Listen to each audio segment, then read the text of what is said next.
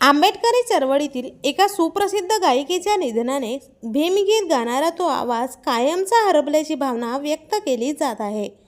चला तर मग जाणून घेऊयात कोण आहे ती प्रसिद्ध गायिका। मित्रांनो, भीमगीत गाणारी ज्येष्ठ गायिका वैशाली शिंदे यांचे निधन झाले आहे। वयाच्या 62व्या वर्षी त्यांनी अखेरचा श्वास घेतला।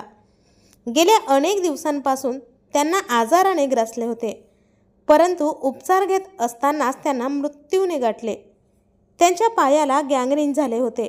आपल्या दमदार गाण्याच्या माध्यमातून वैशाली शिंदे यांनी आंबेडकरी चळवळीला बळ दिले होते। त्यांचे वडील रामचंद्र आणि आई सरूबाई क्षीरसागर हे दोघेही भीमगीत गायचे।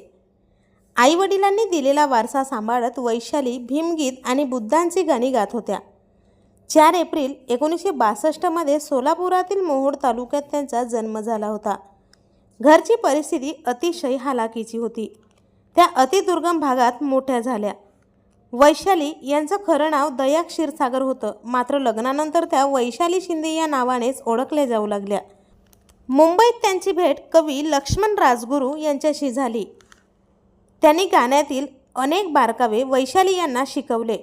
त्यातूनच त्या गायिका म्हणून पुढे आल्या। मात्र एका गुणी गायिकेचा अंत एवढा वाईट झाल्याने सगळ्यांनाच अश्रू अनावर झाले आहेत। तर आपल्या वायन मराठी न्यूजतर्फे गायिका वैशाली शिंदे यांना भावपूर्ण श्रद्धांजली।